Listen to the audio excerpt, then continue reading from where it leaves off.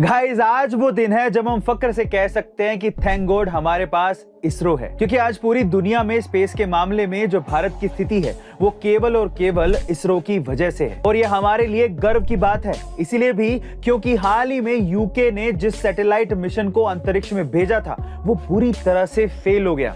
यानी कि यूके जैसा देश जिसने सालों तक दूसरे देशों पर राज किया हो, वो 1971 के बाद से कोई भी सैटेलाइट अंतरिक्ष में नहीं भेज पाया, जबकि हमारा इसरो 1980 के दशक से ही ऐसे कारनामे बार बार दोहरा रहा है। इसलिए हमारे देश के बिजनेस टाइकून आनंद महिंद्रा ने एक ट्वीट किया और लिखा कि थैंक गॉड हमारे पास इसरो है, जिस पर हर भारतीय को गर्व होना चाहिए, क्योंकि जो काम बड़े बड़े देश की स्पेस एजेंसी नहीं कर पा रही है वो काम हमारा इसरो कम पैसों में बड़ी आसानी से कर पा रहा है। इसलिए गाइस आज इस गर्व के मौके पर हमारी इसरो के लिए कमेंट सेक्शन में जय हिंद लिखेंगे और एक हार्ट भी देंगे। गाइस इंडियन विमेन आईपीएल ने शुरू होने से पहले ही बीसीसीआई को मालामाल कर दिया है और पाकिस्तान की पीएसएल की पुंगी बजा दी है। कैसे? चलिए मैं आपको बताता हूं। दरअसल हाल ही में विमेन आईपीएल को टीवी पर दिखाने के लिए उसके मीडिया राइट्स को लेकर बोली लगाई गई थी और हैरानी की बात यह है कि इस बोली में विमेन आईपीएल के मीडिया राइट्स को वायाकॉम कंपनी ने 951 करोड़ रुपए में खरीद लिया है, जो कि पाकिस्तान के पीएसएल से 3 गुना ज्यादा है।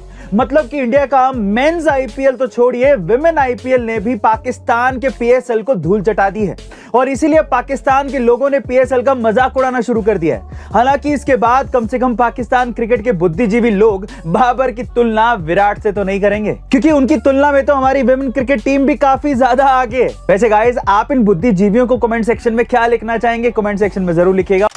साल 1971 में पाकिस्तान से युद्ध जीतने के बावजूद भी इंदिरा गांधी सरकार ने 93,000 पाकिस्तानी सैनिकों को रिहा कर दिया था, बावजूद इसके कि हमारे 54 सैनिक तब भी पाकिस्तान के कब्जे में थे। और आपको ये जानकर दुख होगा कि आज तक उन 54 सैनिकों का कोई भी पता नहीं चल पाया है। हालांकि ये मुद्दा सालों तक राजनीतिक गलियारों में उठता रहा। सैनिकों के परिवार सरकार से उनकी वापसी की गुहार लगाते रहे, लेकिन किसी को भी उन 54 सैनिकों की जानकारी नहीं मिली।